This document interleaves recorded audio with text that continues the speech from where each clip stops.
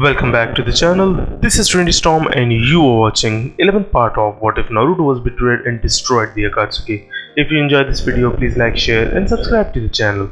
Now wasting no more time, let's start the story.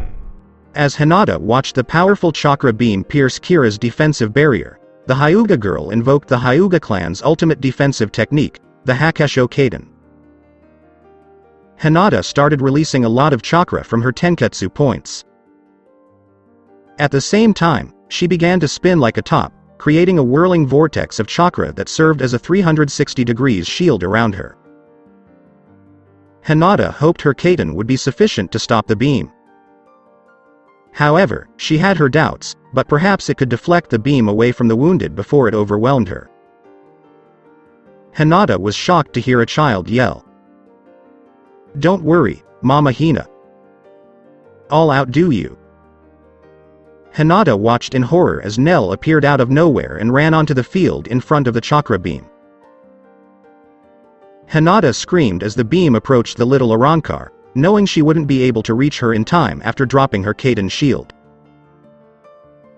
To everyone's surprise, Nell simply opened her mouth and swallowed the intense beam of chakra. Nell's Arrancar Skullmask's eyes glowed briefly before she opened her mouth and fired the beam back at the Akatsuki followers with a force greater than the original blast. The Akatsuki forces were unprepared to have their own concentrated beam of condensed chakra redirected back at them, and they had no time to flee before being vaporized along with the cannon by their own attack. Hinata, Sakura, and Kira were stunned by what they had just seen: the little green-haired Arrancar standing in the field dew. They were about to go out and get Nell when she suddenly fell to her hands and knees and said to Hinata, "Mama Hina, I'm not feeling well." A brilliant flash of light surrounded Nell, temporarily blinding everyone. A few seconds later, as everyone's vision returned to normal, a little girl in a simple green gown with a hood that covered her entire body was no longer standing in the field. A fully grown, curvaceous, and well-endowed young woman took her place.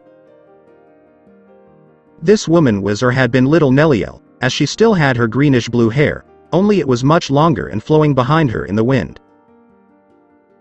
The woman also had Nell's signature scar and a crimson line across her face.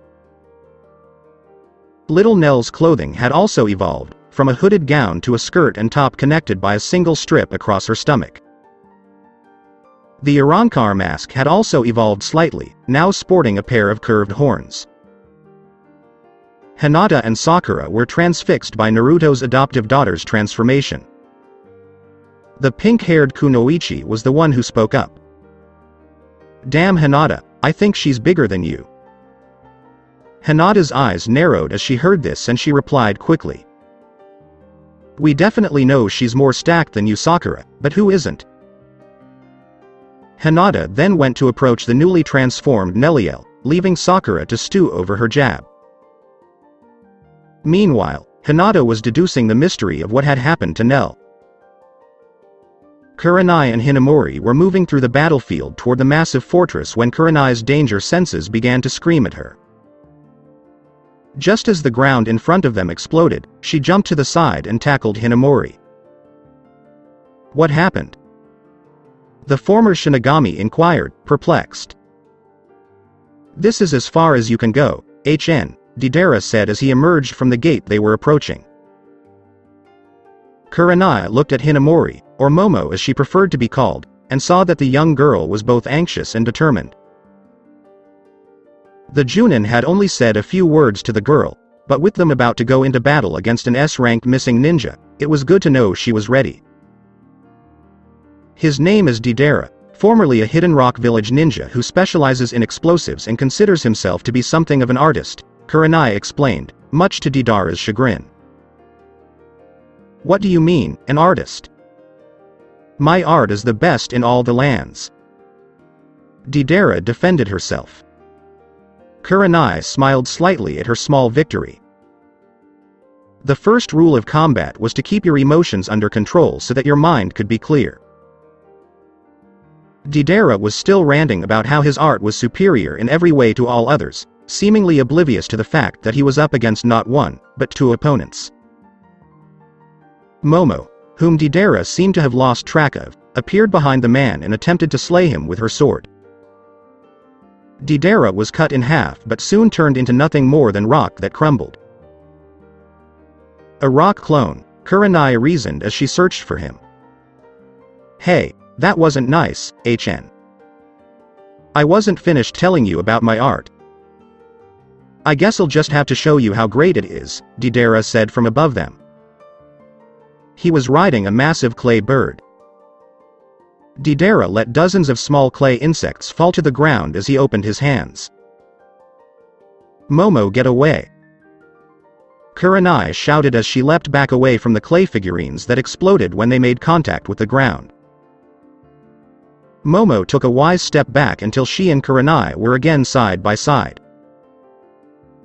I've never seen such a technique, Momo exclaimed, stunned by the amount of damage each of those small explosions could cause. She didn't want to think about what would happen if she was hit by one, or worse, if he made a large one to hurl at them. Thankfully, from what I understand, he only has a limited amount of clay, Kurai said as she looked up at Deidara. However, I'm not a long-range fighter, and as long as he's up there, I won't be able to cast any genjutsu against him, Kurai lamented. Ye Lord! Mask of blood and flesh, all creation, flutter of wings, ye who bear the name of man. Momo chanted. Kurai and Deidara both turned to face her, and the glowing red orb in her hands began to appear. Hado number 31, Shakuho! Exclaimed Momo as she hurled the large crimson orb at Deidara. The missing ninja quickly commanded his claybird to move and narrowly avoided being hit by the attack. However, the force of the ball exploding near him threw him and his mount to the ground. He was able to right himself and fly upwards. Momo jumped up and attacked him again before he could fully prepare himself. Deidara's bird, on the other hand, turned and hit her with its tail. Deidara seized the opportunity and launched a large clay spider at her face. Kurai jumped in and grabbed Momo, carrying her to safety after a kunai flew in and struck the spider, causing it to explode prematurely. Don't act so hastily, Kurai told the girl, surprised to see her mumble an apology and bow to her. A Shinigami who is many times my senior bowing to me as a superior. My life has certainly become strange since I became involved with Kakashi and Naruto, Kurai reflected. It's okay, you almost got him, but we need to work together, Kurai said, looking up at the still circling Deidara. I'm well versed in genjutsu like Sasuke, but I can't cast them from such a long distance, and my ninjutsu does not favor long-ranged battle, Kurai explained as they jumped back to avoid another clay bomb from Deidara, who seemed content to wait for them to make a move.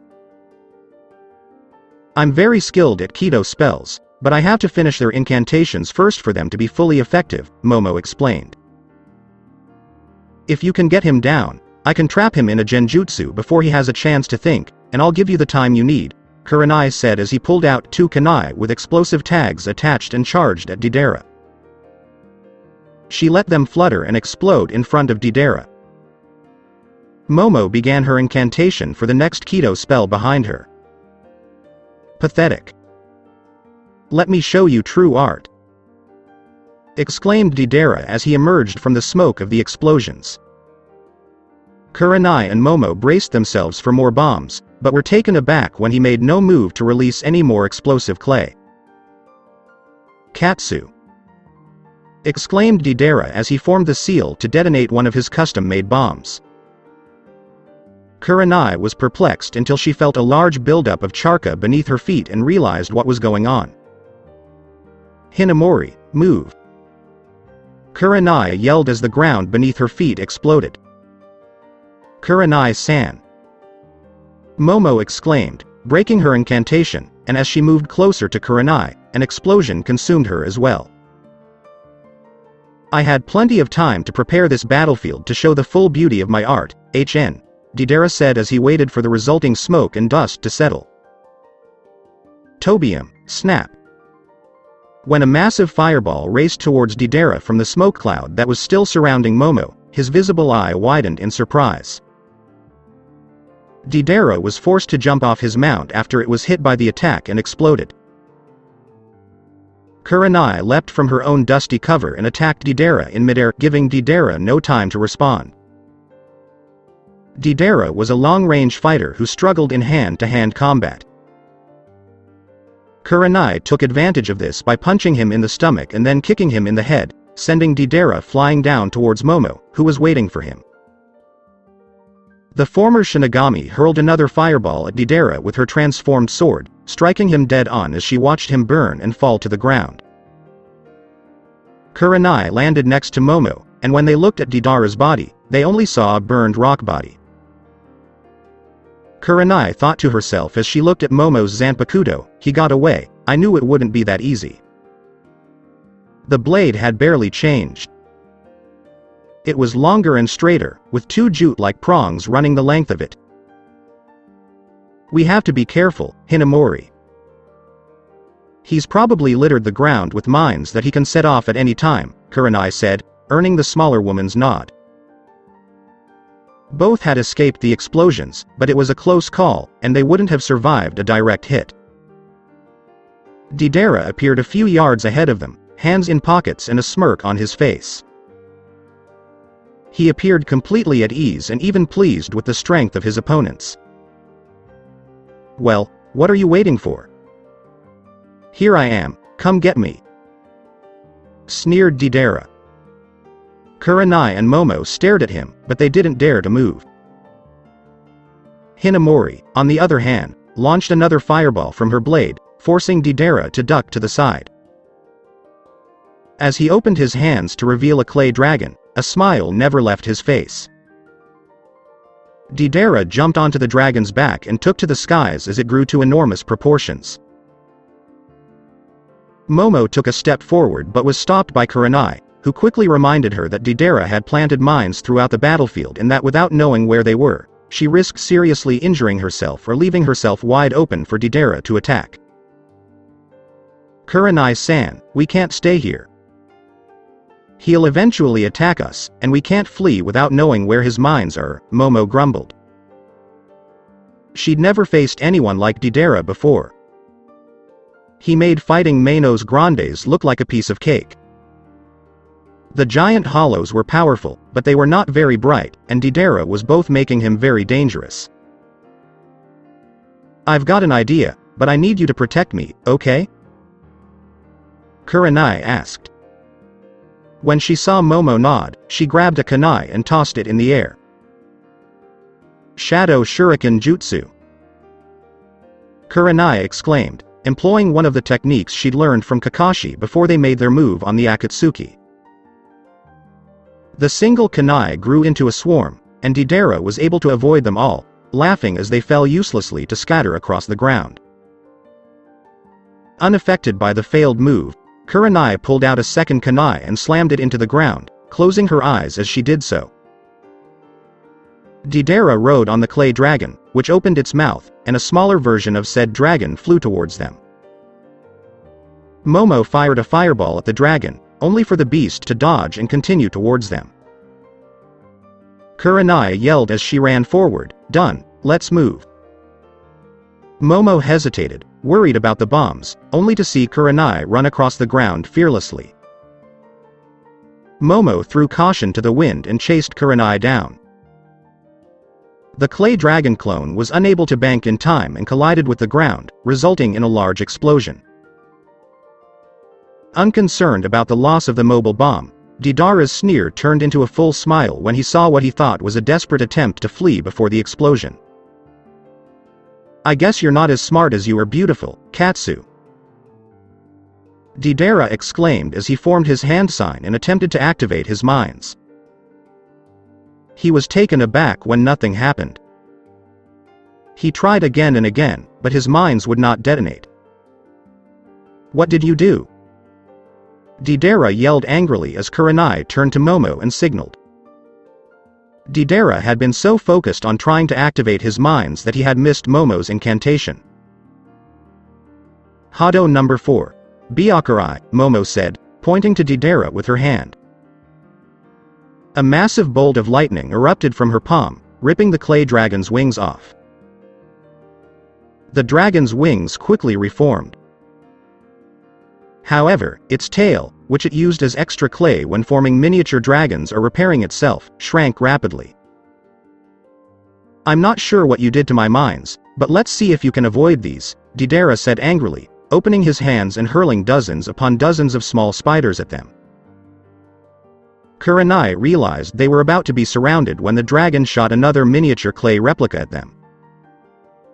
Momo exclaimed, "Hado number 12, Fushibi." A line of orange energy shot forward from her vice captain's badge on her shoulder, forming a large web in front of them. All of the bombs were entangled in the web and were unable to break free. Hado number 31, Shakaho. A red ball of energy struck the web, and flames appeared, destroying each of the bombs.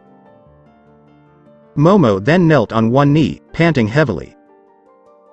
She was an expert at Keto spells, but they sapped a lot of her energy, especially when used in rapid succession like before.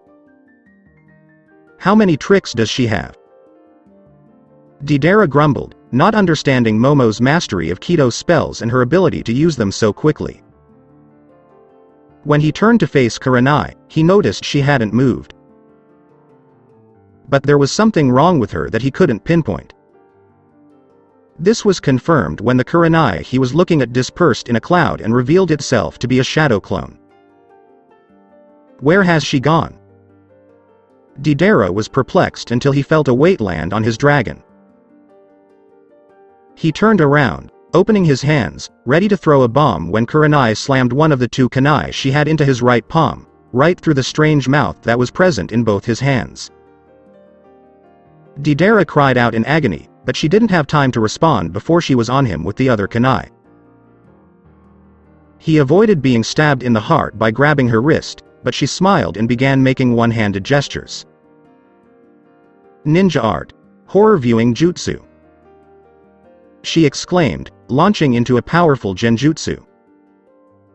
This was one of her favorite techniques because it forced the victim to confront their worst fear. Even battle-hardened veterans were vulnerable. In fact, they were more likely to fall victim to this technique. She knew she had succeeded when his face changed to one of horror. She was about to strike him with her kunai when his hand shot up and stopped her. "Just kidding." Deidara laughed as he kicked Kurai in the stomach, forcing her to kneel as he jumped off his dragon. "Katsu!" he yelled as the large beast exploded with Kurai on it. Momo yelled as she moved to attack Deidara, Kurai-san. She appeared in front of Deidara and tried to sever his head. He deflected her blade with the kunai he drew from his injured hand. He threw unformed clay into her eyes and kicked her in the chest as she ran away from him. Momo cleared her eyes and went after Kurai as he landed and moved to regroup. Momo discovered that the leaf Junin had managed to avoid most of the explosion, but her left arm was badly burned and bleeding, and she immediately began to use her healing abilities on the limb. "How did he manage to break my genjutsu so quickly?" Kurai puzzledly thought. Even those as skilled in genjutsu as she was would have had a harder time breaking out of her technique than Deidara demonstrated. "Are you okay, Kurai-san?" Momo inquired, having stopped the bleeding and treating the burns. "Yes, thank you Hinamori, you're quite the fighter." "Now I understand why Sasuke is so taken with you," Kurai teased as Momo turned a bright red in the face, just as Hinata was known to do when Naruto's name was mentioned even to this day. "I could say the same thing about you and Kakashi-san," Momo replied. Momo could see a light dusting of red across Kurenai's face despite her efforts to keep her blush at bay. "I hope I'm not interrupting anything," Deidara exclaimed as he landed on another clay bird. This one, however, was a little smaller than his other flying creations, and Kurai deduced that he was running low on clay, as well as his injured hand. Kurai inquired of the dark-haired woman. "How are you doing in terms of energy?" Hinamori had expended the most energy of the two of them with her various techniques, and she was sweating and appeared exhausted. "I'm fine, Kurai-san," she said, holding out tobium in its released state as proof. "Your genjutsu pales in comparison to Itachi woman. I've been preparing myself for years to finally exact vengeance on him, and I can't be caught in any genjutsu, so if that's all you can do, you've got no chance of beating me, Deidara said arrogantly. Kurai's eyes narrowed as Deidara reached down and pulled up a small bird-like statue. Kurai's eyes widened in surprise as he noticed the recognizable object. "I never thought I'd have to use this against two opponents, but I'm out of clay and patience, and there's no such thing as overkill in my art," Deidara exclaimed as he dropped the statue. "Hinamori, you have to destroy that right now," Kurai yelled, panicked. Hinamori charged the flames surrounding tobium and hurled a massive fireball at the statue. However, Deidara made a hand sign, and the small statue grew significantly in size, preventing the fireball from destroying it. "My art is a blast.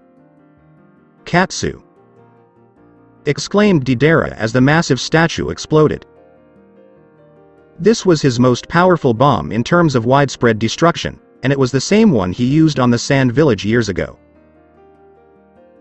There was no giant wall of compressed sand to block the devastation, and the resulting explosion was so large that everything within a few hundred feet was destroyed. Trees were burned, grass was washed away, and the resulting cloud of smoke and dust was so large that it could be seen from all of the other battles taking place between the Akatsuki and Naruto's forces. "It took a little longer, but in the end, my art has no equal, Deidara said confidently, savoring his actions. Deidara shifted his long blonde hair away from his left eye and used the small scope he used to see long distances and to help train his left eye to see through genjutsu, which was how he easily broke Kurai's. He examined the dust cloud to see if the blast had left any small pieces of Hinamori or Kurai for him to better appreciate the greatness of his art. However, he was taken aback when he noticed something orange in the dust. As it became clearer, Deidara noticed a large orange box-shaped shield encircling Kurai and Momo. It had somehow resisted the power of his art, and both of the women were still alive. Deidara couldn't decide whether he was impressed or enraged that they had survived his art. He was able to keep his cool when he saw the smaller woman fall to one knee as the shield faded away. When he saw this, he dove in to take advantage of the situation. When they both vanished in a cloud of cherry blossoms, he narrowed his eyes. He broke through the genjutsu by revealing his left eye. Kurai tackled him from the side, and Momo sliced his clay bird in half before it could explode. Deidara pushed Kurai off of him and had to dodge Hinamori's sword strikes. The fact that she wasn't using her sword fireball ability told Deidara that she was out of energy and wouldn't be able to form that barrier or use any of her other strange techniques again. However, he was also running low on clay and had to ration it, which is why he didn't create space from her by throwing a bomb at her. Kurai appeared behind Deidara and kicked him in the back, kicking him in the direction of Momo's blade. He turned his head to the side to avoid being skewered, but one of the blade's jute-like prongs moved towards his left eye and cut him from cheek to brow, destroying his scope and damaging his left eye. He was partially blind and was forced to reach into his bag and pull out a tiny insect bomb, which he threw to the ground and detonated. The resulting explosion didn't hurt anyone, but it was enough of a distraction for him to move away from them and disappear in the dust cloud left over from his previous attack. This isn't going as planned, he thought to himself as he tried to wipe the blood from his eye. His left eye was not directly hit, but it was damaged to the point where he couldn't see clearly out of it.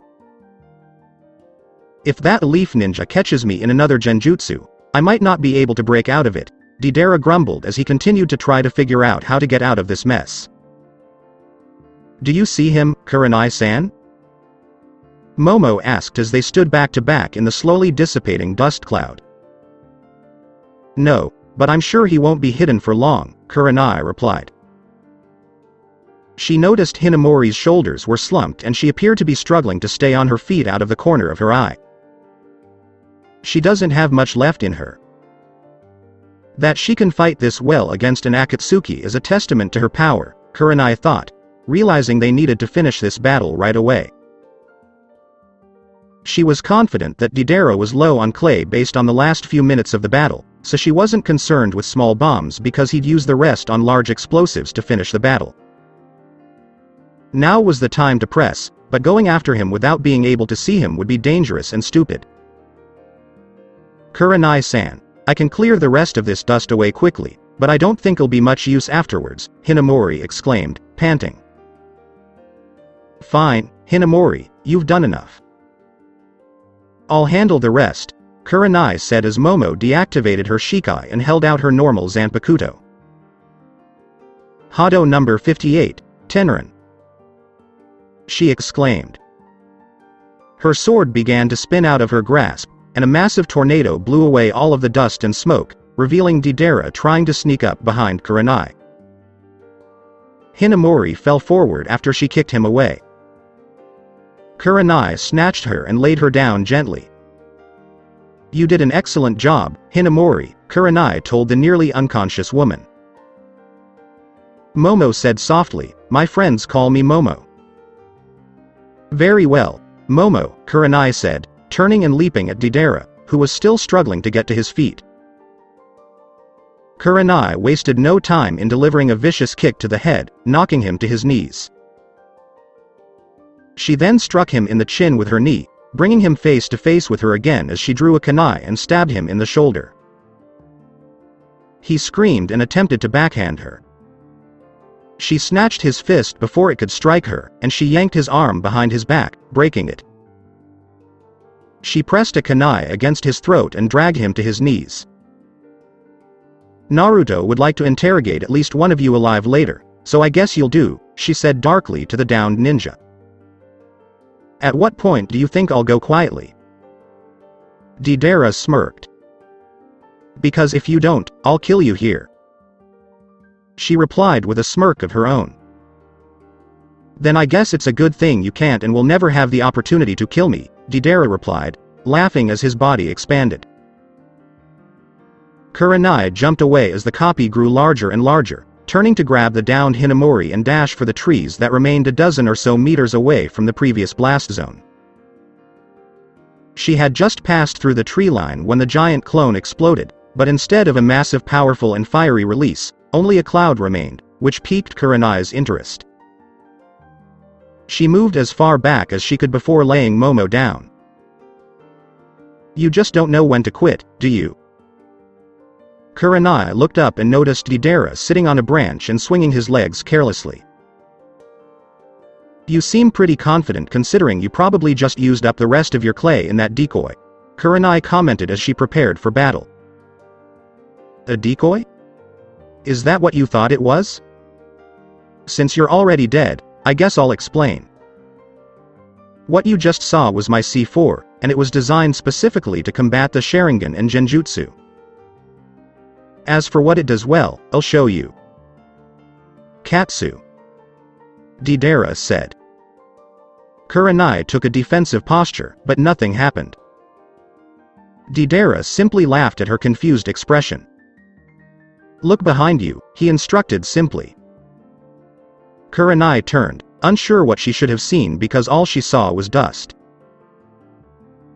As she focused her attention, she noticed that the dust was coming from every bird, lizard, and small animal in the woods, and they all began to disintegrate before her eyes.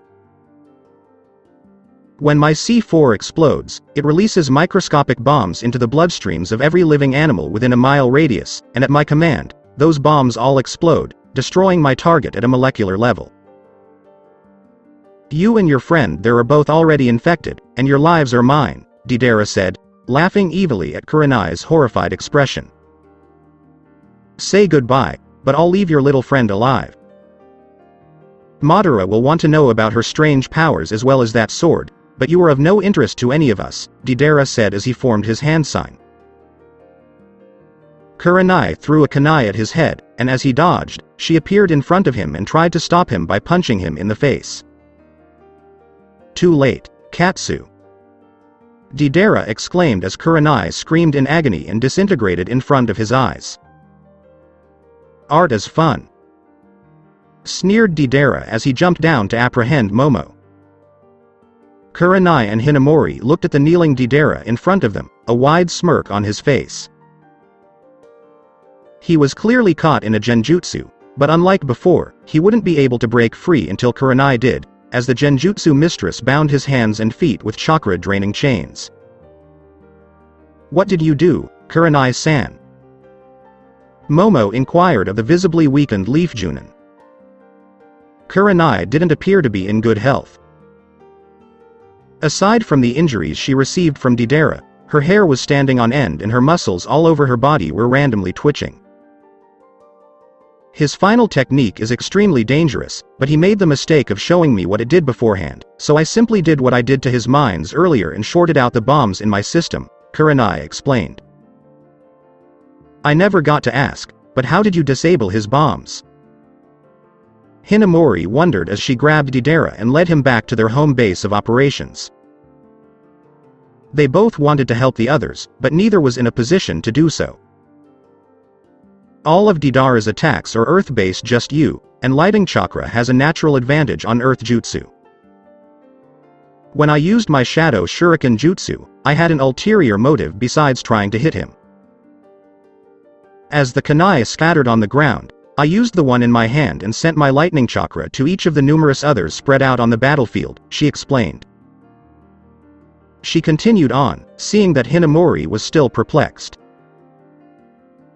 Normally, lighting would disperse if it traveled through the ground harmlessly, and would have done nothing to the mines, but with the kunai all sticking into the ground, the lighting chakra moved from the kunai in my hand to all of the others, creating a web similar to what you did earlier to stop his bomb, and all of the mines underground were caught in my web and destroyed, Kurai said, smiling at the benefits of having Kakashi begin to teach her some of. But what about his final move? Momo inquired, her admiration for the leaf ninja growing as she spoke. After seeing what his technique would do to me, I had to act quickly. I had to get his eyes off of me for a split second and succeeded in doing so.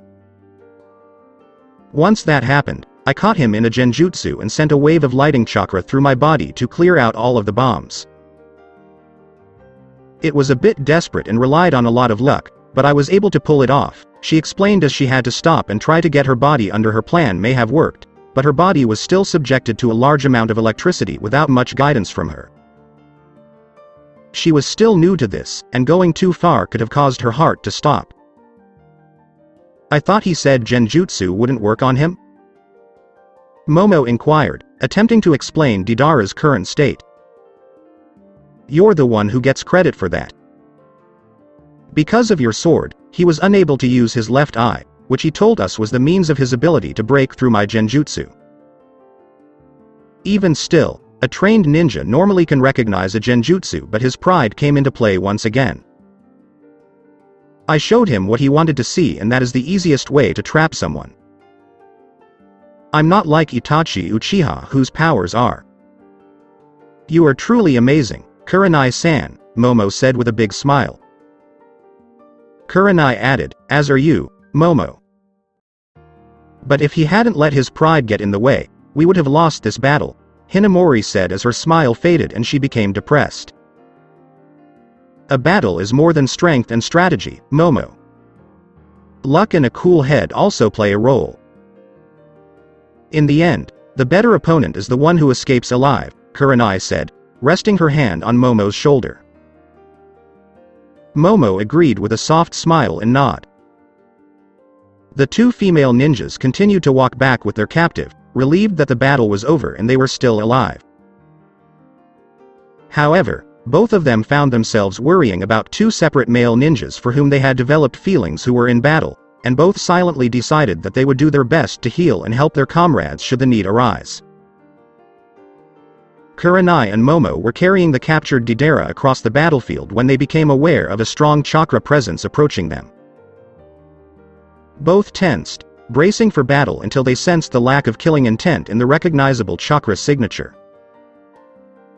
Yugito appeared in front of them and blinked as she realized the two women were victorious. "So, what are you going to do with him?" Yugito inquired, growling slightly at the sight of Deidara. Every one of those Akatsuki scum deserved death in her opinion, but some of the things Deidara had done to her during her captivity made her involuntarily shiver and feel a little nauseous. Just remembering the pain he had caused her made the blonde Jinchuriki begin to slowly draw upon her demon's chakra. "We were going to take him back to Naruto and the others, and Ino might be able to get some information from his mind," Kurai explained, keeping a close eye on Yugito. As a battle-tested veteran, the Genjutsu mistress recognized Yugito's expression. It was the look of a woman who had been wronged deeply and was looking for a way to exact revenge. She had no idea what they had done to Yugito, but it couldn't have been good. "Yeah, I guess that's the right decision," Yugito said softly, though the undercurrent rage was palpable. "Yes, it's what almost every ninja would do if given a capture or kill order from the village's leader, but we're not fighting for a village, nor are we ordinary shinobi," Kurai explained as she placed Deidara in front of Yugito. "What are you doing?" Yugito inquired. "I'm leaving his life in your hands. If you kill him, neither of us nor Naruto and the others will care. The fact is that when we win this battle, we won't need information on the Akatsuki because they will all be wiped out. I don't know what they did to you, Yugito, but as a fellow kunoichi, I can guess. If you want to look into his eyes before killing him, I won't stop you," Kurai said as she. Deidara looked around, perplexed, and noticed his situation. He immediately began to curse as he realized he had fallen victim to another genjutsu. When his lone good eye fell on Yugito, he came to a halt. So you're going to be my executioner, my sexy little kitty cat?" smirked Deidara. Yugito smacked him across the face, causing him to spit blood, but his smirk remained. "Oh, don't tell me you're still upset about the fun we had during our time together. I have to say, since you've been gone, I've really missed our special alone time we shared, especially your screams and the tears you always shed during our intimate get-togethers, ha, ha, ha," Deidara mockingly declared, her voice filled with contemptuous laughter. Yugito drew more and more on the power of the Nibi as she fought back tears as she listened to Deidara, before turning to Kurai and Momo and demanding with malevolence ringing in her voice. "Give him up." Kurai approached Deidara and removed the chakra-draining chains. He slowly rose to his feet, but wobbled as he felt the effects of his previous battle's injuries, chakra exhaustion, and chains. Yugito wasted no time in brutally beating Deidara. Deidara inflicted her with pain, offense, and vile indignation, which she attempted to repay tenfold. She shattered his ribs, broke his arms, and scratched out his eye. Even as Deidara dropped to his knees in front of them, coughing up blood and feeling the mortal wounds slowly suffocate him, he attempted a final verbal blow. "Do you think doing this will change anything?" "It will not change what we did to you, what I did to you. You will always carry the memories of our time together, and the scars you bear from it will never go away. Ever." Deidara didn't notice Yugito's hard-edged expression as she stood over him and raised her hand. Her nails grew into sharp claws, and she glared mercilessly at him, proclaiming her justified hatred. "No, it won't work, but it's a start." The former Cloud Kunoichi then slashed her claws in a murderous arc, severing Deidara's head with a single vengeful swipe of her hand. Yugito fought back tears that threatened to fall down her cheeks as she watched the headless body fall to the ground. It didn't take away all of her pain from her previous battles with the Akatsuki, but it did help a small part of her heal. Kurai approached her, placed a comforting hand on her shoulder, and smiled. Momo also smiled, and the three women stood as one. "Thank you," Yugito simply said as she turned and moved to join another battle. "Should we go?" Momo inquired of Kurai. "I think she needs some time to herself, and don't you think we've earned a bit of rest?" Kurai said as she turned towards Hinata's medical unit and began walking to have her injuries attended to by her former student, as Momo trailed behind her.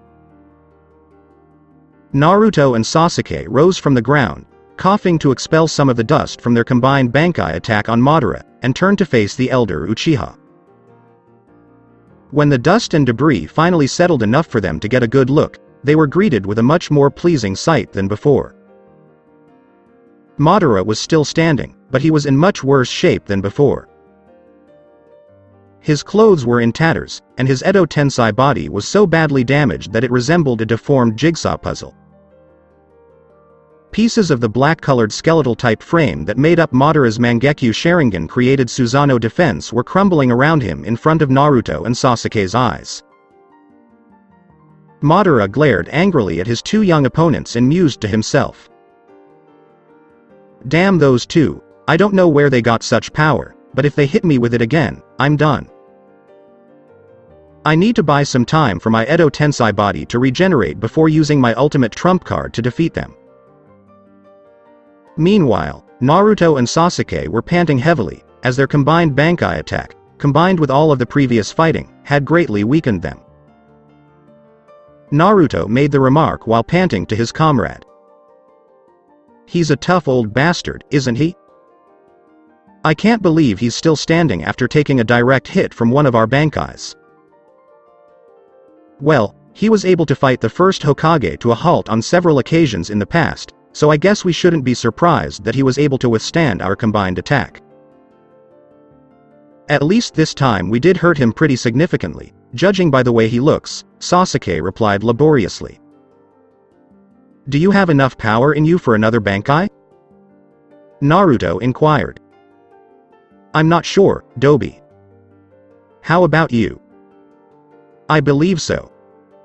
Let's hit him once more before it's too late." "I believe it's already too late. Look." Naruto looked over to see Madara performing a series of hand gestures and shouted. "Moku Bunshin no Jutsu. Says 1. Wood Clone Technique." Suddenly, beams of wood began to emerge from Madara's body, morphing and forming 4 clones of the elder Uchiha capable of using all of the original's techniques and skills. The newly formed clones advanced and started walking towards Naruto and Sasuke. The two-leaf Junin could only say one word together. "Crap." Hinata commented as she finished her medical scan of Nell and deactivated the green chakra coursing through her hands. "You're in good health, little Nell-chan." "Oops, I guess I shouldn't call you that anymore." "It's fine, Mama Hina. I don't mind, and you don't need to be concerned about my transformation. I've simply attained my Arankar adult form, that's all." "But why are you here, and more importantly, how did you get here?" "We left you in the main encampment under Ayame's supervision. I sort of stowed away because I didn't want to be separated from you or Naru-kun," Nell admitted sheepishly. Hinata couldn't believe the stark contrast between her child form's free-spirited and playful personality and her adult form's now much more mature, composed, logical, sophisticated, and intelligent personality. Hinata could sense Nelliel's immense power in her adult form and wondered what would happen next. The Arankar appeared to read Hinata's mind and spoke up calmly but confidently. "It's true that my power has grown significantly in this form, and I can and want to assist Naru-kun in his battle." Kurai and Momo entered the field and called out to the Hyuga girl as Hinata pondered this revelation. Hinata and Sakura were treating Kurai and Momo's injuries a few minutes later. Kurai was the one who noticed the now fully grown Nelliel and inquired. "Is that the kid Naruto has been looking after?" Hi, it is. She's recently gone through some changes, Hinata replied hesitantly. I believe so. We're not sure what happened, but the short of it is that Nell has transformed into her adult Arrancar form, which she also holds tremendous power in, and saved all of us from being killed by a large force of Akatsuki followers. She wants to go and help Naruto-kun in his fight against Madara, and I'm thinking about letting her, Hinata stated cautiously. I, too, want to go and help Sasuke-kun in that fight, Momo declared openly. Sakura inquired, Kurai-sensei, as the highest-ranking officer here, what do you think we should do? Kurai considered the situation and looked around the medical unit before asking. How is the situation here, Hinata? Are there a lot of injured? Actually, we don't. Daisuke has proven to be a very capable and skilled commander, and casualties have been relatively light, with very few seriously wounded. From the last report we received from the front lines, his forces should be victorious very soon. Victory is already ours, Lady Hinata, exclaimed Daisuke as he entered the medical tent. Daisuke, what are you doing here? Shouldn't you be on the battlefield? Hinata inquired. Forgive me, Lady Hinata, but I learned that a sizable force of the enemy had escaped our trap before we could completely close it and were last seen heading this direction, so I gathered 25 of my strongest warriors and left my second-in-command in charge of finishing off the Akatsuki forces. They did indeed attack, but they were dealt with and are no longer a threat, Hinata said confidently as she cast a glance at Nelliel. Kurai inquired, Commander Daisuke, how quickly could you reposition your forces? Lady Kurai, within the hour. Good. Then Hinata, I believe we should reposition your unit closer to the main battle Naruto is fighting, and we'll have Daisuke's forces assist in protecting it. My forces can assist Naruto-sama in his fight, Daisuke declared confidently. I'm sorry, Commander, but they can't. The battle Naruto is in is beyond the strength and skills your forces can muster.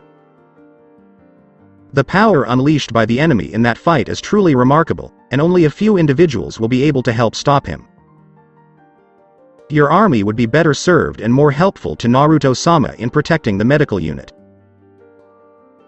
I agree with your plan, Kurai-sensei, Hinata declared, because I want to fight alongside Naruto-kun. No, Hinata, you cannot. You must remain in the safety of the medical unit, which is protected by Daisuke and his forces. Kurai replied sternly. But, why can't I fight? Did you forget, Hinata, that you're not fighting just to protect yourself or Naruto, but you also have your unborn child to consider? Hinata's hand instinctively reached for her stomach, and she looked down, realizing Kurai was correct. As much as she was concerned about Naruto and wished to be by his side, Hinata realized her first priority was her baby's safety.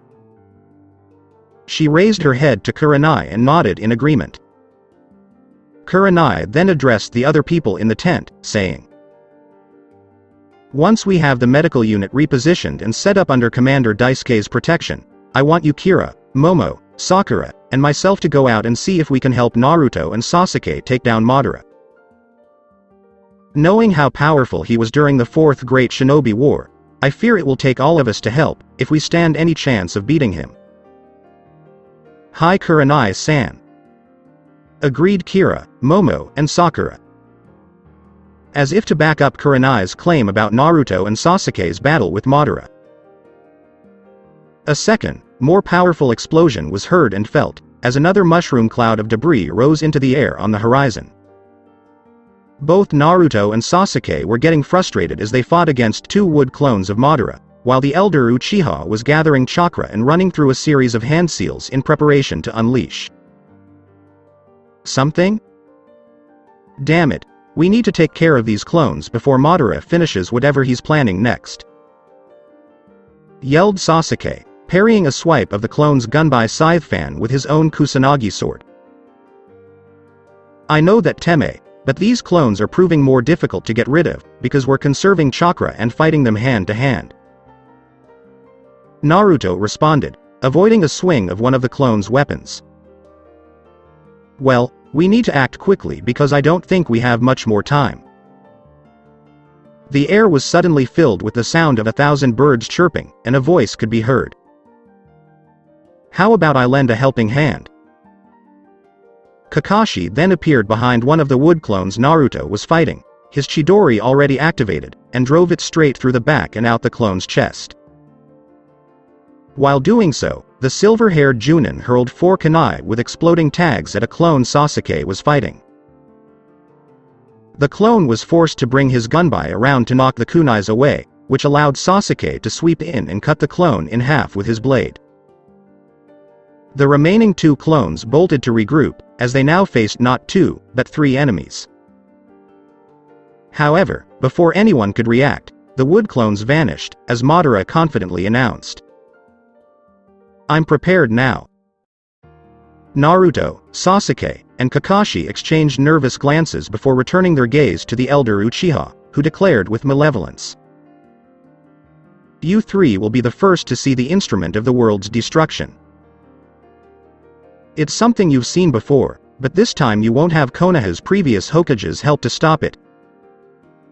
Madara slammed his hands to the ground and began channeling his chakra into it. The earth beneath everyone's feet began to tremble a split second later. A giant monstrosity of a biju tree erupted from the ground and began to rise high into the sky, much to the horror of the 3-leaf village shinobi. When the trio looked up, they noticed the distinctive black spheres forming within the misshapen branches and knew what the tree was producing. Biju bombs. I see you all remember this tree, and with it I shall unleash one bomb after another until the earth's surface is nothing but a burnt wasteland. We cut down that tree before Uchiha Teme, and we'll do it again. Naruto boasted.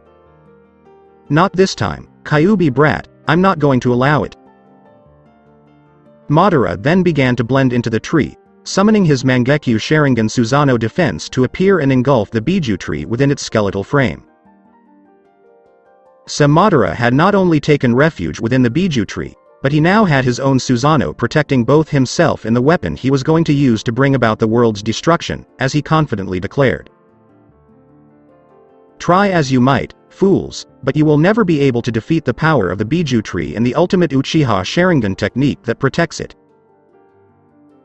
As Naruto, Sasuke, and Kakashi stared at the tree that was now encased within Madara's Susanoo, it was Sasuke who finally asked the question that they were all thinking at the time. How the hell are we supposed to take that thing down now? It took the power of the 4 Edo Tensei Hokage to help us do it the last time. You just answered your own question, Teme, Naruto replied calmly. What are you talking about, Dobi? He's saying, Sasuke, that we're going to need help again to take down that monstrosity, and we're going to need it from people who are just as powerful as our Hokages were, Kakashi responded to his former student's question. You mean we need the current living cages, but there's not enough time to gather them before Madara starts dropping biju bombs? You're right, Teme, there isn't enough time, but we're not talking about the current cage. Then who are you referring to, Dobi? The Shingamis. We'll need the Shingamis to win this battle and save the world. You're going to fight me? What a ripoff. Naruto told me I'd get a good fight. You look like a damn mummy that's been buried way too long, Kenpachi grumbled. Kakuzu looked at the large warrior in front of him, unsure of what to make of him. With his ripped and ragged clothes and chipped sword, the man appeared more like a giant brute than a fighter. Even more perplexing was the fact that he had a small child on his shoulder. Don't worry, Ken-chan, you'll be able to beat this guy quickly and then go fight someone else. Yachiru exclaimed with a wide smile. I guess you're right, Kenpachi said as he pushed Yachiru away and turned back to face Kakuzu. Are you the one who's going to fight me? Kakuzu asked. I've faced dozens of opponents at the same time and walked away unscathed. I doubt you'll be able to cut me at all with that dull blade of yours. Is that true? Let's put it to the test, shall we? Kenpachi exclaimed as he dashed forward and swung his sword at Kakuzu. Kakuzu raised his arm to deflect the one-handed strike. Kenpachi's solitary eye narrowed as he failed to pierce Kakuzu's skin. He jumped back to avoid the two long black tendrils that tried to go through his skull because the skin on the arm that blocked the blade was a dark black and something underneath began to ripple.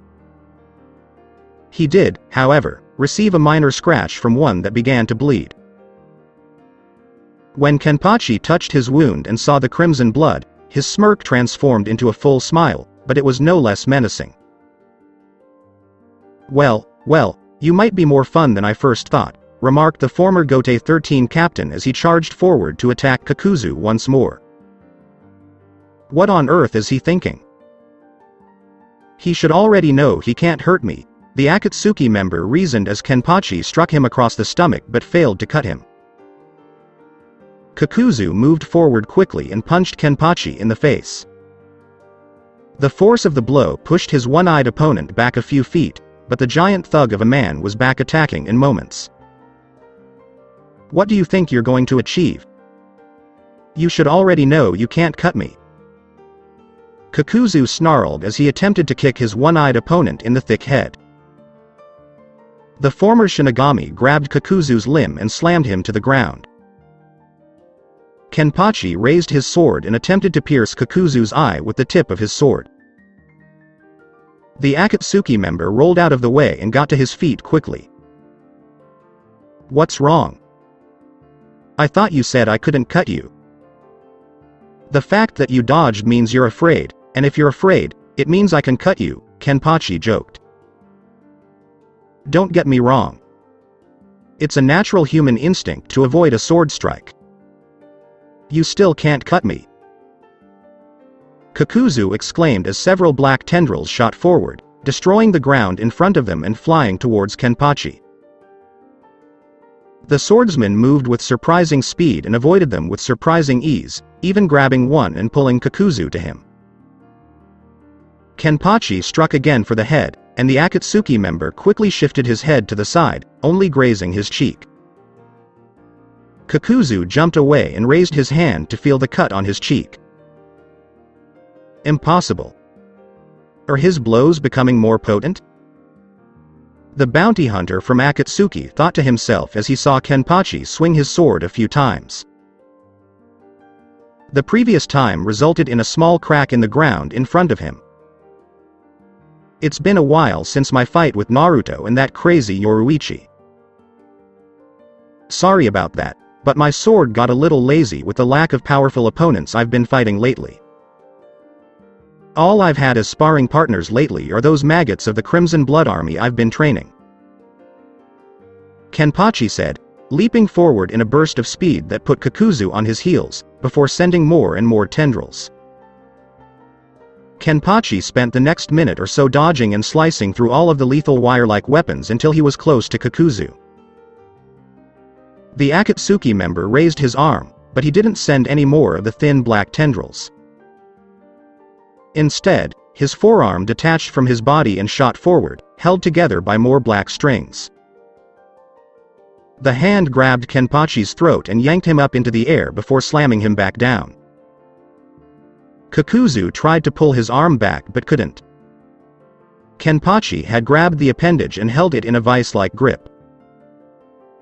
You shouldn't throw things you're willing to lose, Kenpachi remarked sarcastically as he drew Kakuzu to him and pierced him through the heart. Is that all?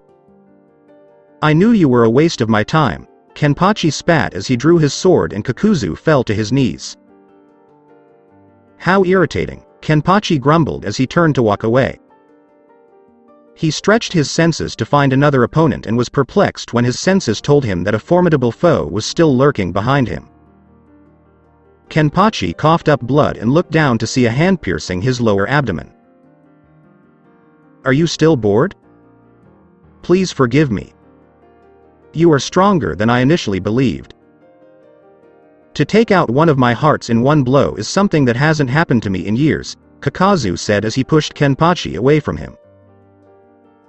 The giant slowly rose to his feet and turned to face Kakuzu with his single eye. Kakuzu let his Akatsuki robe fall to the ground after untying it. His body was crisscrossed with black stitches, and 4 masks, one of which had a large hole in it, hung from his back. The masks all ripped out of his back and formed into massive beasts with countless tendrils for bodies. The one mask that had been struck by Kenpachi's blade cracked and fell apart, and the beast it had formed disintegrated as well. That was the one he knocked out with one strike. The others will be more than enough to finish him off, Kakuzu reasoned as he turned to face the other 3 masks. Each mask represented a different heart that Kakuzu had extracted from an opponent in a previous battle, and each one was associated with a specific element. The mask that held a heart with a fire affinity transformed into a demonic tiger. The lightning mask assumed the form of a deformed biped. Finally, the wind mask took the shape of an odd 4-legged body with thin wings. With that wound of yours, I doubt you'll last that long against my pets. Any last words? Kakuzu asked, staring at the man who had to be thinking about his death. What he heard in response sent a shiver down his spine, as it was an emotion he hadn't felt since fighting the first Hokage decades ago. Fear. Kenpachi burst out laughing. The man's booming, joyous voice seemed to shake the ground, and the former Shinigami's lone visible eyes seemed to glow with power, and the rows of sharp teeth visible with his smile showed nothing but joy, seemingly oblivious to the situation. Ken starting chance to enjoy the fight, Yachiru thought to herself as she felt Kenpachi's energy begin to rise. There's something special about seeing your own blood on the battlefield, don't you think? Kenpachi said, raising his hand to look at the crimson-covered appendage. You're insane, Kakuzu snorted, trying to shake off the dread that had settled on him. Someone with that kind of wound couldn't possibly last against his creatures. Attack. Rip him to shreds, yelled Kakuzu as the 3 masks charged at Kenpachi. Come on, Kenpachi exclaimed, his smile never leaving his face as he confronted his assailants head-on. Kenpachi was shot with a small ball of fire from the fire mask's mouth. As the small ball hit the ground, the swordsman Flash stepped away, trusting his instincts. The ensuing inferno swept across the region, igniting trees and turning grass to ash. When the wind beast slammed into Kenpachi and lifted him into the air, he prepared to slash the beast apart. It threw the man to the ground and fired a wind ball at him, hitting him with crushing force immediately after he crashed into the ground. The lightning beast wasted no time in directing a burst of electricity at the former Shinigami through the resulting cloud of dust. The bolt of lightning was stopped in its tracks, and Kakuzu suspected it had pierced Kenpachi's body. Kenpachi was bloodied when the dust settled, but not from the lightning bolt he was currently blocking with one hand. He redirected the blast away from him, his smile unaffected. Not bad at all, they might even be powerful enough to kill me, Kenpachi said as he accelerated towards the beasts. He jumped over the beast's lance of lightning and punched it in the face, sending it flying back. He ducked under a ball of fire thrown by the beast in front of him, dodged the following attacks, and slicked the fire beast from shoulder to hip, causing it to fall to the ground in pieces. Or maybe they're nothing but trash, Kenpachi declared, his smile fading as he realized how simple it had been to defeat one of them. He raised his gaze to the wind beast that was still circling above him and almost missed the slight shifting sound behind him. He jumped up just in time to avoid being caught in a blaze. The fire beast had reformed completely unscathed by the blow. Kenpachi turned and blocked the wind beast's clawed hand. He grabbed its arm and flipped the monster over, slicing its wings off and throwing it to the ground. The wind beast collided with the fire monster, sending both sprawling across the battlefield. The former Gote 13 captain landed and began dodging the lightning beast's wild but powerful blows. The mask opened and fired a lightning bolt at the hulking giant of a man, who raised his Zanpakuto and blocked the attack, despite the fact that the force of it pushed him back. When Kenpachi felt his arms and legs becoming entangled in numerous thin black tendrils, he deflected the bolt and moved to attack again. He moved his head, which was the only part of his body that could move, and saw Kakuzu behind him. "What's the point of interfering? I thought your beasts would be more than enough to defeat me," Kenpachi mocked the Akatsuki member. "I'm tired of waiting for them to finish you off. I have more important things to do, like defeating the ninja with bounties on their heads and collecting it," Kakuzu explained. "Don't tell me you're one of those guys who fight only for money." "How pathetic. A good fight is its own reward," Kenpachi smirked as the three beasts gathered a few feet away from him and prepared to attack together. "Said like a true brainless barbarian, it's time for you to die now," Kakuzu declared darkly. "You first," Kakuzu exclaimed, only to be engulfed by Yugito's fireball. Kenpachi's bindings were slashed as the container of the two-tailed cat extended her claws. "Kenpachi-san, I'm here to help you. I can handle this guy." "You take his beasts," she said, her gaze never leaving the still-burning flames that encircled Kakuzu. Yugito moved to continue her assault, but was stopped when she felt a hand grab her shirt. She was lifted up, face to face with a furious Kenpachi. "I told you before, kitty cat, if you try to help me in my fight, I will gut you like a fish. Now, go get in someone else's way, before I change my mind and do away with you for butting in." Kenpachi spat menacingly as he threw her to the ground. Yugito stood up, and the rage on her face could have set Kenpachi on fire if it had been able to. "Naruto-kun instructed me to assist anyone in need, and from where I was standing, you definitely needed me to step in. Please, I could have escaped if I had wanted to. I was curious how strong all three of those beasts' attacks would be at the same time," Kenpachi said. "You're insane," Yugito exclaimed, perplexed. "Whatever, find someone else to bother. I don't need or want any assistance." "Fine, have it your way," Yugito hissed, flinging her demonic chakra at him. The former Gote 13 captain didn't even flinch as he released his own brief burst that dwarfed hers. Yugito took a step back and looked at the man in front of her. She knew he was strong, but Naruto had beaten him, and his presence hadn't completely frozen her as it had just done. How much stronger has he become, and how much of that is he concealing? When Yugito saw Kakuzu emerge from the fire, the only damage he appeared to have taken was the loss of his shirt, hat, and face mask, she thought. "Ah, the two-tailed demon cat container. You are a very valuable prize. I'll have to be careful not to kill you. I think I'll just take off a leg or arm," Kakuzu threatened. Yugito immediately assumed an attack stance and prepared herself, only to be cut down by Kenpachi's blade as it came up to her throat and stopped her. "I told you to leave, girl. I'll take this guy out without your help. If I wanted someone to fight with me, Yachiru would be at my side," he said, smiling as his opponent rose so easily after being blindsided by Yugito. "Fine, but don't come complaining to me if you get your butt handed to you," Yugito muttered as she exited the battlefield and approached Yachiru. Because Kakuzu hadn't given them an order to attack, the beasts ignored her just as they had Yachiru. "Don't worry, Kitty-chan. Ken-chan just doesn't like to share when he's fighting," the pink-haired little girl cheerfully stated as Yugito passed by. "I see that. What an idiot. He and Naruto-kun are truly hard-headed at times, which is probably why they get along so well," Yugito said as she left to help someone else in battle.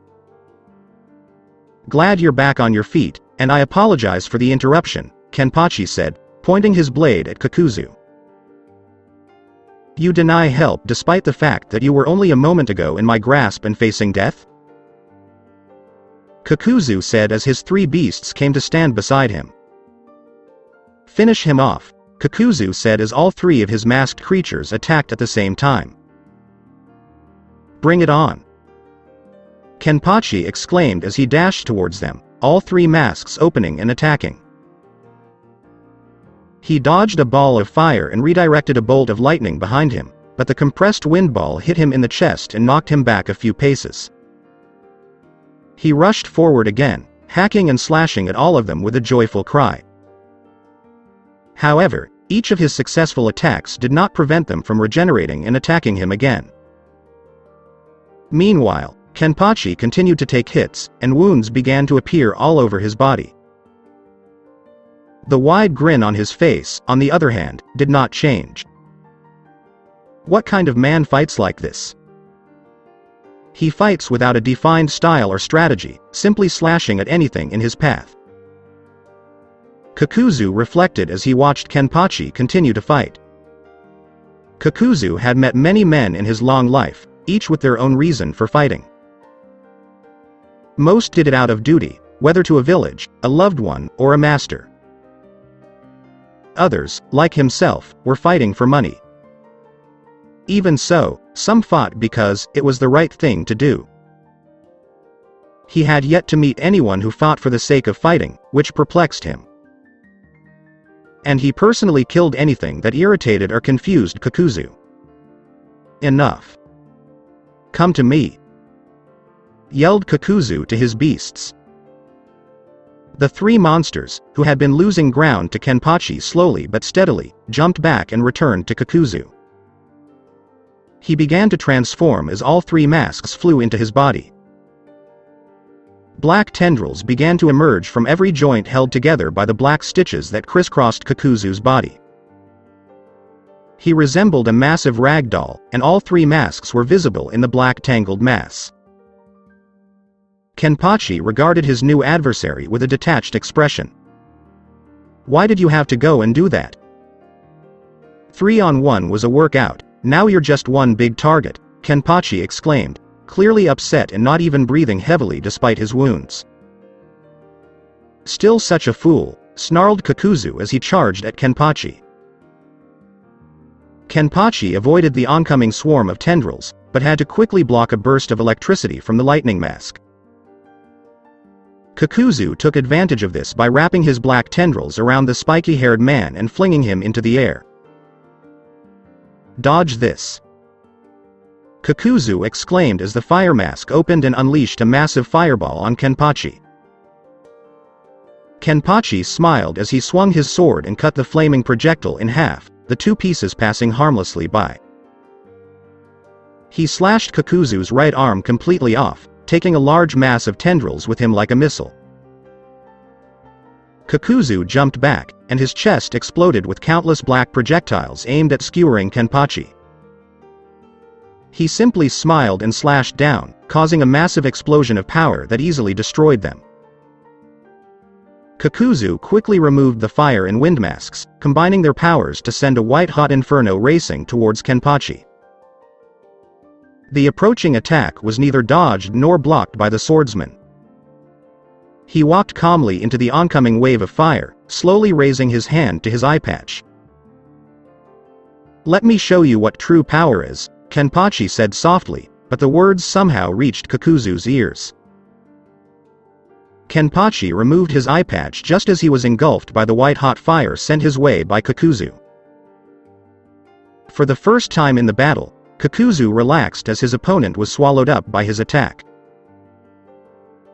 The fool hadn't even tried to defend himself, and he knew from experience that when he combined the attacks of his wind and fire masks, the resulting flames were hot enough to melt steel and turn humans into nothing more than ash.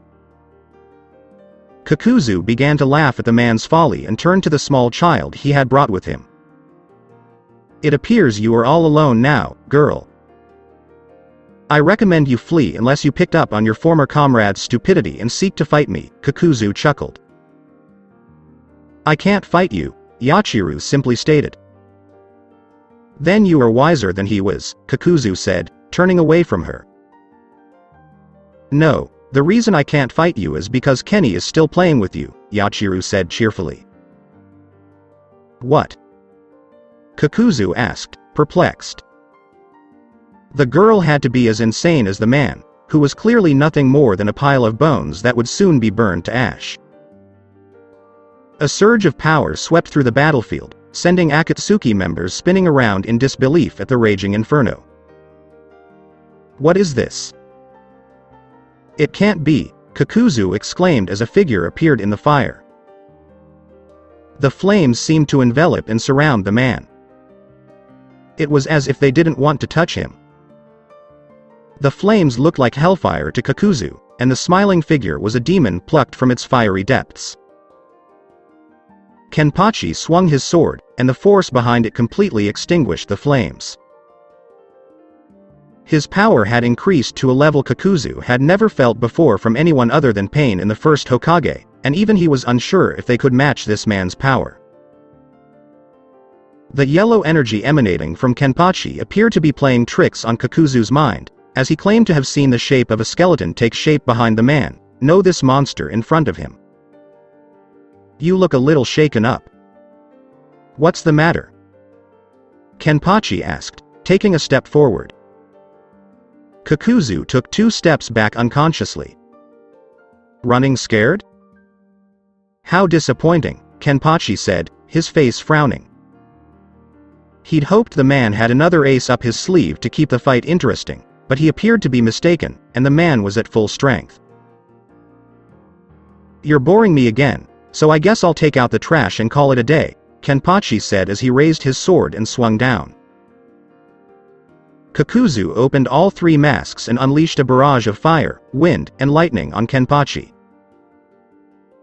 The swordsman's resulting blast of energy overpowered Kakuzu's in seconds and traveled at Kakuzu so fast that he could only move out of the way, and even then he lost his right arm and leg and the fire mask was destroyed.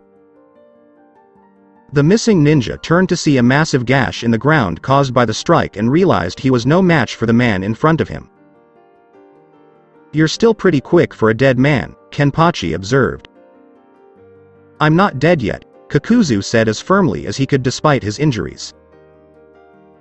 Give me a second, Kenpachi said angrily from behind.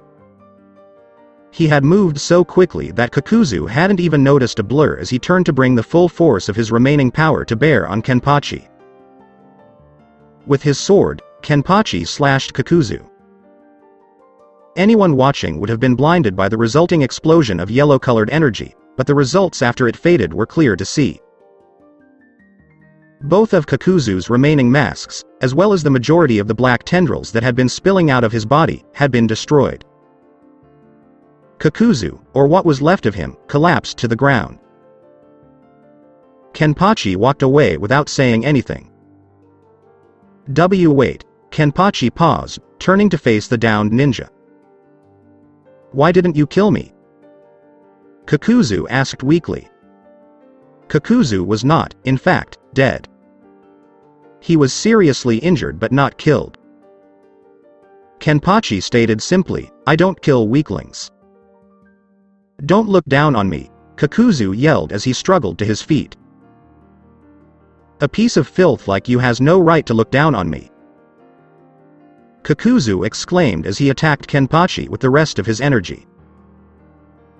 Kenpachi sighs in frustration as he cuts off the head of what he considers a pathetic man.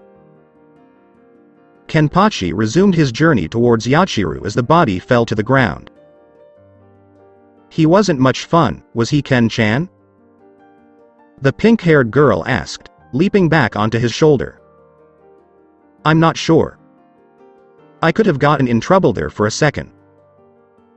Don't be silly, you could have killed him as soon as the fight started. Yachiru swatted him on the head with a pout. Whatever, Kenpachi said as he continued to walk towards a location where he hoped someone was fighting a formidable foe. Kenpachi, with his sense of direction, would most likely miss the opportunity to join anyone else's battle, but the fates were kind to the battle-scarred Shinigami when Yachiru looked up and pointed while asking her former Gote 13 captain. "What is that strange-looking tree growing in the distance, Ken-chan?" Yoruichi and Shunsui were racing through the forest towards Naruto's position when they came to a halt in a small clearing. Neither Shinigami said anything because their heightened senses were on high alert, but after a minute, they both looked to one another and Yoruichi asked, "Do you have a sense of power?" "It's difficult not to. It's such a dark power, and it's coming from over there," Yoruichi said, pointing to a large deformed tree that rose high into the sky. "That is where Naruto-sama is." "Shunsui dear, we need to kick it into high gear, because no matter how strong Naruto is, he'll still need our help to take down that thing." Shunsui nodded in agreement before both former Gote 13 captains took a quick step away from Naruto's battle. The intense power emanating from Madara was felt by more than just the two former Shinigami. The medical platoon had just arrived at its new location, which was about a couple of miles away from where Naruto was fighting the elder Uchiha. Everyone was filled with dread as they looked at the foreboding Biju tree. None more so than Hinata, Kurai, and Sakura, who had witnessed a similar tree during the Fourth Great Shinobi War and remembered its terrible destructive power. Sakura was the one who finally asked the silent question they all had. "Is that what I'm thinking?" "Hello Sakura, I'm afraid we're looking at another Biju tree," Kurai replied stoically. "This one doesn't appear to be in its final form, but it's surrounded by some strange black skeleton," Hinata observed as her Byakugan pulsated across her temple. "A skeleton in black? That's the only way to put it, Kurai-sensei. Do you believe Madara is attempting to recreate the infinite Tsukiyomi?" "I don't think so Sakura, as Hinata said, the tree isn't in its final form, and it's the wrong month of the cycle of a full moon to reflect its Tsukiyomi off of," Kurai replied to her fellow Kunoichi, before grimly adding. "However, even though the Biju tree isn't in its final form, it's still a very powerful and lethal weapon that can cause massive destruction unless we stop it." At that moment, Ino arrived, followed by Yumachika and, surprisingly, Princess Koyuki. "Ino-chan!" Hinata exclaimed as she hugged her best friend. When the two Kunoichis separated, Ino turned to Kurai, who issued an order with authority. "Was your mission successful, Ino?" "Hi, Zetsu was killed, and as you can see, Princess Koyuki was rescued." "But why is she here when the plan was to keep her safe in her castle until the battle was over?"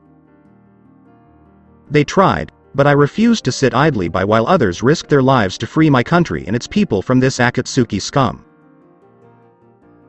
Even as we speak, my military commanders are gathering the remnants of our forces and preparing to march to aid all of you in defeating Madara Uchiha," Koyuki replied, bowing to Kurai. "There is no need for you to bow to me, Princess Kazuhana. You are the royalty here, not I. I bow to you out of courtesy, miss. My name is Kurai Yuhi, and I'm a Junin from the village hidden in the leaves, Kurai Princess Kazuhana." "So you and everyone else here are from Naruto village?" "Kuns. Not all of us." "Yumachika, why isn't Akaku with you?" Kira asked sternly, as Momo looked on nervously. Yumachika could only sigh and shake his head sadly at his fellow Gote 13 officers before declaring in admiration and certainty. "Let us not mourn Akaku, because he brought a lot of jerks with him to the afterlife, and you know that's exactly how he'd want to go out." Kira and Momo both nodded in agreement, but they were both saddened by the loss of their longtime friend and comrade. As she bowed to the three Shinigami, Princess Koyuki said, "I am sorry for the loss of your friend. I promise you he will be remembered and honored by my people, as will all of you in helping to free the land of spring from Madara and the Akatsuki." "Princess Koyuki, thank you for that. May I ask how many men your military commanders are marshalling?" Kurai inquired, intrigued. Unfortunately, when Madara and his forces invaded my country, they killed many of my soldiers. If I had to guess, I'd say we only have 50 to 60 warriors left who can fight. That made me nervous. While I appreciate your motivation in wanting to assist us in defeating Madara, I'm afraid you can't. I'm not sure what you mean, we want to help? As I explained to Commander Daisuke here, Madara's power and skills are extraordinary, and only a few people will be able to help stop him. Madara's power exceeds the strength and abilities of your soldiers. They would be outmatched and slaughtered by the Elder Uchiha if they participated in Naruto's fight against him. Your men would be better served joining Commander Daisuke's forces and assisting in the protection of the medical unit. I see. I don't want to waste my men's lives, so I'll listen to your advice and do as you ask, Kurai-san. But, Kurai-sensei, we must do something to assist Naru-kun. Hinata declared vehemently in a tense and worried tone. I recognize Hinata, and we will. Kurai then looked around the crowd and announced. I want the 5 of us, Ino, Yumachika, Kira, and Momo, to be ready to help Naruto and the others fight Madara right away. I believe we will also require the services of a skilled medic nin to accompany us to the battle. Both Hinata and Sakura's faces lit up when they heard this, as they both hoped Kurai would choose them. I want you to be that medic nin, Sakura. Kurai noticed Hinata's crestfallen expression and walked over to the Hyuga girl before saying in a comforting and soothing tone of voice. Hinata, you know I'm right in taking Sakura with me. I cannot and will not put your unborn child's health and safety at risk by putting you in battle. I know Kurai-sensei, it's just that I really want to help Naru-kun. I understand, but the best thing you can do for him is keep your child safe and out of harm's way. Kurai turned to Daisuke and ordered, and Hinata nodded in agreement. Commander Daisuke, I want you and your men to protect the medical unit, and I want you to keep an eye on Hinata personally. Hello, Kurai-sama, it will be done. When your soldiers arrive, Princess Koyuki, you will have them bolster Commander Daisuke's forces in protecting the medical unit. Yes, Kurai-san, I will give the order. Alright, let's get this party started. Not without me. Nelliel exclaimed to everyone in the room. Wouldn't you rather be here with your mama Hina, Nell? No, Kurai-san, I want to help my Naru-kun, and in my Arrancar adult form, I've gained the power to aid him in his fight. Kurai turned to the former Shinigami, who understood the nature of an Arrancar better than she did, and it was Kira who spoke up and said. Nell has tremendous power in her adult form, and we may need that power to defeat Madara. Kurai paused for a moment before exhaling a small sigh and saying. Alright, Nell, you may join us if you so desire. Nell nodded in understanding before turning to hug Hinata goodbye, followed by Ino. The Yamanaka girl whispered into her friend's ear as Ino and Hinata hugged one last time. Don't worry, Hinata. I'll make sure nothing bad happens to Naru-kun. I promise I'll bring him back to both of us. Hinata tightened her grip on Ino before releasing her grip and smiling at her friend. Hinata's stomach tightened as she watched her friends and comrades sprint away from Naruto's battle with Madara. A single tear streamed down her cheek as she silently prayed to Kami for them all to return to her safe and unharmed, along with her beloved Naru-kun. Meanwhile, 2 eyes peering through the dense foliage of a nearby forest narrowed in anger and frustration 200 yards away. Kiba clenched his teeth and glared at Hinata in the distance, keeping himself hidden from her view. After a minute, the Inuzuka heir spat in disgust at himself. Damn it. I can't get near Hinata, not with that big guy with the axe following her around. I'll have to wait to settle things with that slut later. Oh well, I guess it'll be Naruto who dies first, but I have to be careful. Hopefully, Whoever that wife-stealing asshole is fighting can fuck him enough that I can sneak in and deliver the final killing blow. Then I'll cut his head off and..." Kiba retreated into the dark forest and dashed off to find Kurai, who would lead him to his former friend and comrade. Naruto Uzumaki Namikaze. Damn it, what are we going to do? We have to stop Madara before he unleashes those Biju bombs. A worried Sasuke exclaimed. Foolish kinsman, there is nothing you three can do to stop me. Even your combined power won't be enough against the awesome might of the Biju I now control, Madara smugly replied. How about we throw our power into the mix, asshole? Yoruichi exclaimed as she and Shunsui appeared beside Naruto. Madara cast a downward glance at the slender, dark-skinned woman who came in with a companion and insulted him. He noticed her average height, golden-colored eyes, and long purple hair she wore in a ponytail. This strange woman wore a black undershirt with no back and no sleeves and an orange overshirt with 2 white straps on each shoulder. She also wore a large beige sash around her waist, black stretch pants, and light brown shoes. This woman appeared to pose little threat to the elder Uchiha at first glance, but Madara sensed that she possessed great power. Her power, however, paled in comparison to her straw hat-wearing companion, as Madara turned his attention to him. The man standing next to Yoruichi was tall, fair-skinned, and had high cheekbones, thin facial hair around his mouth and on his cheeks, gray eyes, and long wavy brown hair. His hair was pulled back in a long ponytail, and he had long bangs framing the left side of his face. He also had plenty of body hair on his chest, feet, and arms. However, the man's attire perplexed Madara because it was not typical of a warrior. The man was dressed in a straw hat and a pink, flowered lady's kimono that he draped across his shoulders and over a simple white shiitake undershirt, a black kasode overshirt, and a black hakama kimono skirt.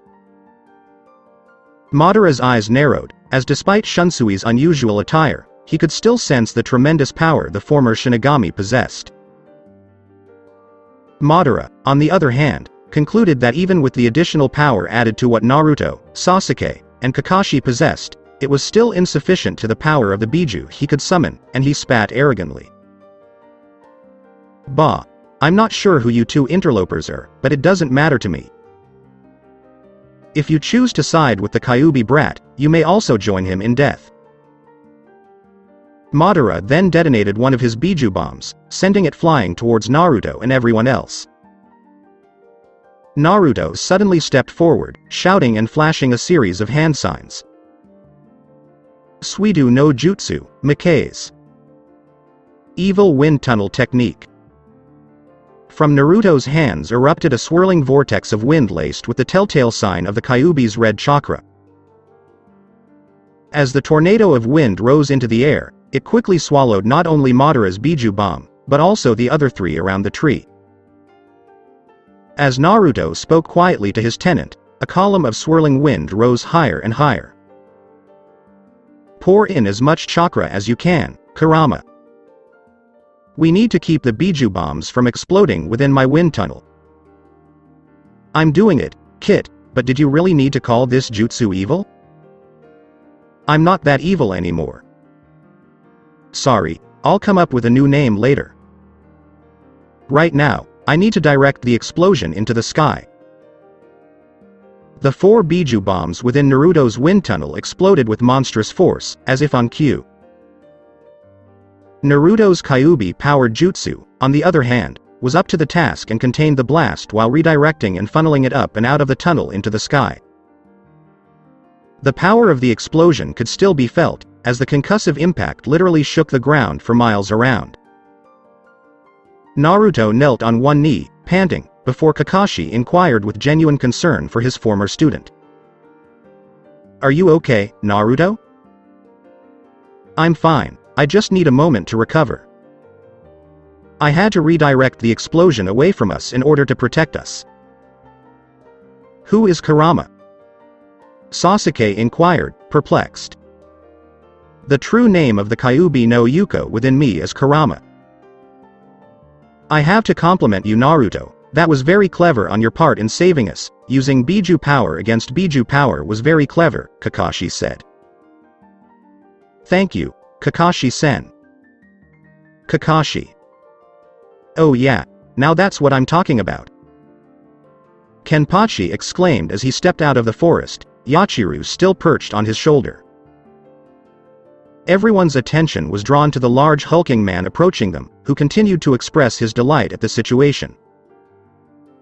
Can you feel the power emanating from that guy, Yachiru? I certainly can, Kenny. It feels very dark and powerful. Yeah, I think this guy might be able to kill me.